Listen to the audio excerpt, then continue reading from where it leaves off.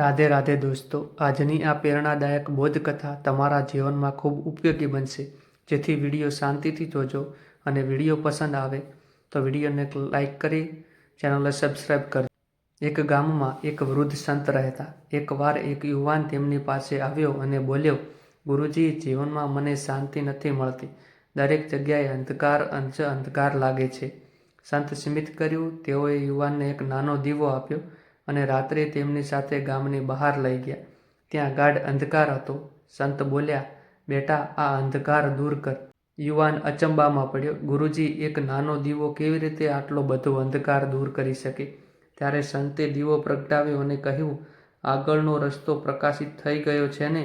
અંધકારને દૂર કરવા માટે મોટો પ્રકાશ ન જોઈએ, નાનકડો દીવો પણ પૂરતો છે. આ વાતની યુવાનને સમજ પડી.